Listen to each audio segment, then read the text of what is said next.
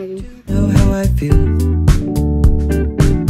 Though I may say it, It's been a long time, guys. I'm here again. Before we start anything, I just wanted to say thank you for clicking this video kasi I've been gone for a long time. Here I am, and today is my birthday, my 20th birthday. So today we're going to do a get ready with me and life updates. But right now, I'm using my phone kasi yung camera ko dati, yung ginagamit ko dati, since sobrang tagal ko na siyang hindi ginagamit, yung lens niya nagkaroon ng moist. Pag ginagamit ko siya, meron siyang parang fog effect, so hindi siya maganda tignan. So I'm gonna get that checked sa mga susunod na araw so I can use it again. But for now, I'm using my phone. Let's start. But first, I'm going to wipe my face. Actually, galing na akong church kanina, nagsimba ako. And now, aalis kami kakain sa labas to celebrate my birthday. I've been gone for 2 years ata. 2 years is a long time, so a lot has happened. As I browse through my channel, ang last na video ko is yung I Work in My Life nga. Nung grade 12 pa ako nun. Kasi right now, I'm in second year taking up civil engineering. That's one reason bakit hindi na ako nakakapag-video kasi nag-college na ako. So, I've been really busy with school. So, ito na nga, story time. Oh, story time? No. Grade 12 ako after that video. I applied sa UST and nakapasok ako sa civil engineering ng UST.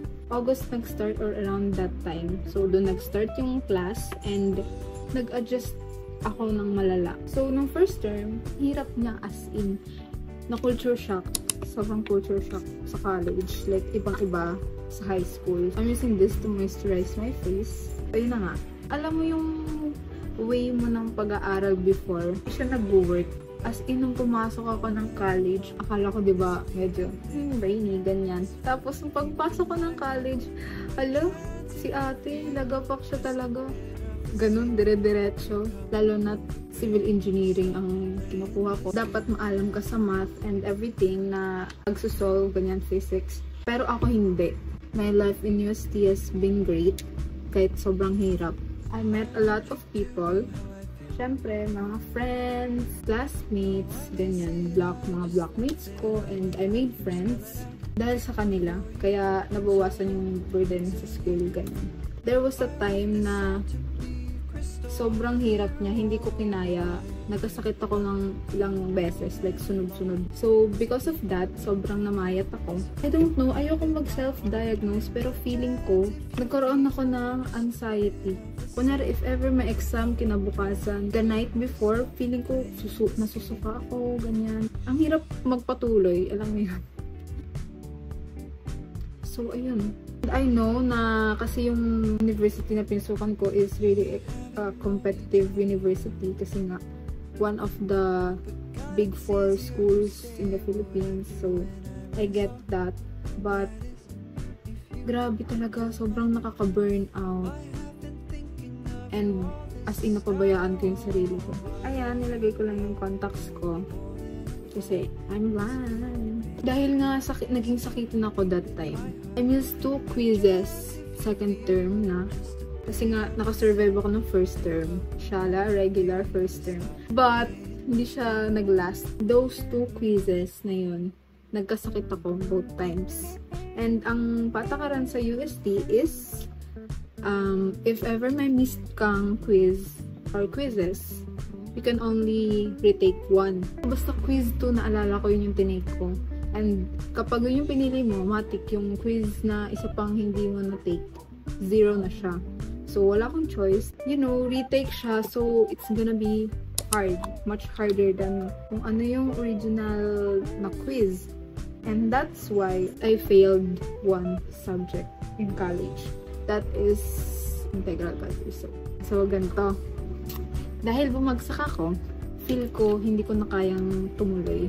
Naisip ko pa nga mag-shift. Kaya lang, wala akong pag-shiftan. So, I stayed sa civil engineering. If hindi ako makakapag-shift, ilipat ako ng school. So, that's what I did. I transferred schools. So now, I'm studying at National University dito sa amin, sa may Fairview, malapit. Sa UST, meron akong, nung first term or every term, meron akong like around 25 to 26 units, ganyan. Because 2 terms lang sila. But here in NU, tri-sem siya, so mas magaan yung distribution ng units. Ngayon, right now, I have 16 units compared dati na as in. Nag-aaral ka pa lang sa isang subject, iniisip mo na agad yung next subject na aralin mo kasi sabay yung quiz or exam niya kinabukasan, ganyan, or sa mga susunod na araw. Ngayon, hindi ko na siya ganun na-feel. Siyempre, mahirap pa rin. Pero like, mas magaan siya compared to first year ako sa UST. Kahit ganun lang nangyari sa akin, I enjoyed my stay there. Kasi UST has been my dream school since junior high. Dito na ako ngayon sa NU and I'm happy. I'm doing great. So, ayun. That's what happened to me. Ngayon naman, sa personal life, we got a dog.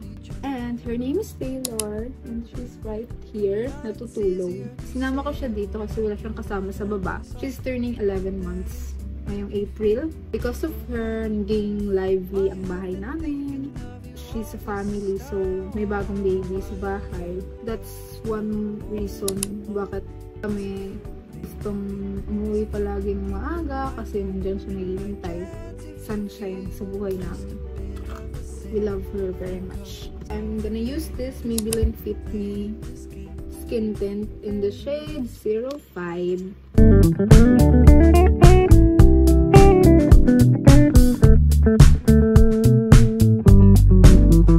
Kamusta kayo? Kasi I've been really great. Disclaimer guys ha, hindi ako expert mag-makeup, ginagawa ko lang kung ano yung alam ko.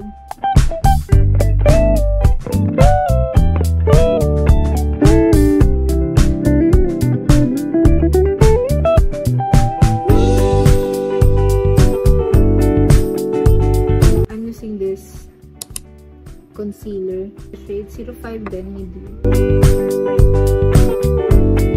Alam nyo ba, meron akong subject sa UST na hindi na credit sa NU kasi sa UST, 1 unit lang siya. Tapos sa NU, 2 units siya. So, I need to retake that course. In my chance, if you feel just a bit of the same, then come over, baby, stop playing this game.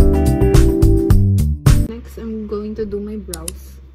Mula nung lumipat ako ng school, pag break time, ganyan, pag vacant, nasa SM lang kami, and may fully booked, so lagi akong dumadaan doon.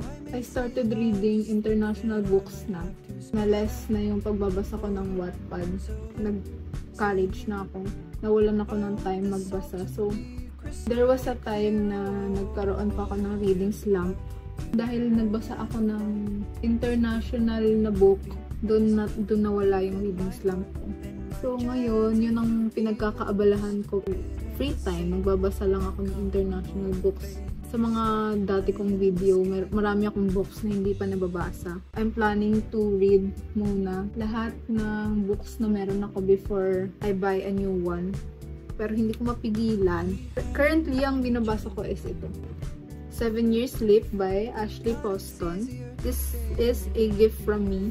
After siguro nito, yun ang next kong gagawin, updated bookshelf. Hindi na siya Wattpad collection kasi meron na akong mga international books. Eyeshadow. Hello, this is the hard part. Hindi ako marunong mag-eyeshadow, guys. Deep in my heart, in my chance, if you feel just a bit of the same, then come over, baby, stop playing this game. Blush on from Careline. This is the Careline Oil Control Blush On in the shade Rosy Cheeks.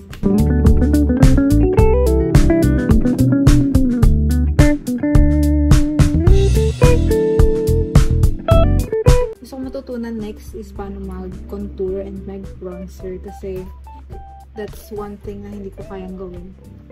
Isip ko nga kung magkukulot ako, kaya lang ang haba ng buhok ko ay makapal, so baka matagalan ako. So for mascara, I'm gonna use this Sky High from Maybelline.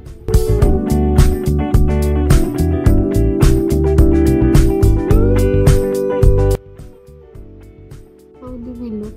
Okay. I'm gonna try to adjust para makita nyo. Ayun. So, patuin lang natin siya saglit and spoil ulit natin siya. Let's do our lips. Nasan pa lang. I'm using this lip mousse, if I'm not mistaken, from Cloud Beauty in the shade CB Silk. Ang masasabi ko dito sa product na to is perfect siya for someone na hindi marunong mag-gradient lip. I might have to spell it out for you. Talagay lang tayo dito sa gitna. I want this all to be crystal clear. Whoa. And idadawag ko lang siya. More than a lot. This feeling I feel is felt. This is from Dazzle Me Get Grip. Ganda to guys. Effective talaga to.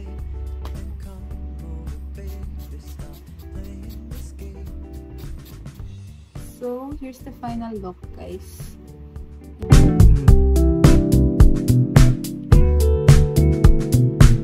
We haven't known each other long. Probably next video ko is about books ulit. Or anything kung meron kayong isasuggest. I have been thinking of you all this time. Oh, I care about you more than a lot. This feeling I feel is felt deep in my heart. And my chance, if you feel just a bit of the same, then come over, baby, stop playing this game.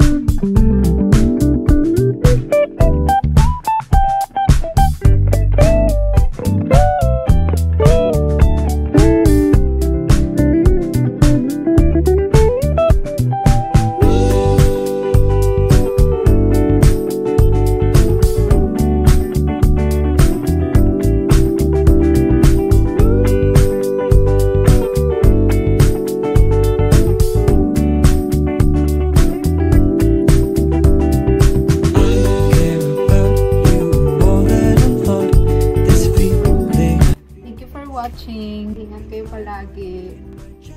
And I'll see you guys in the next video. Bye!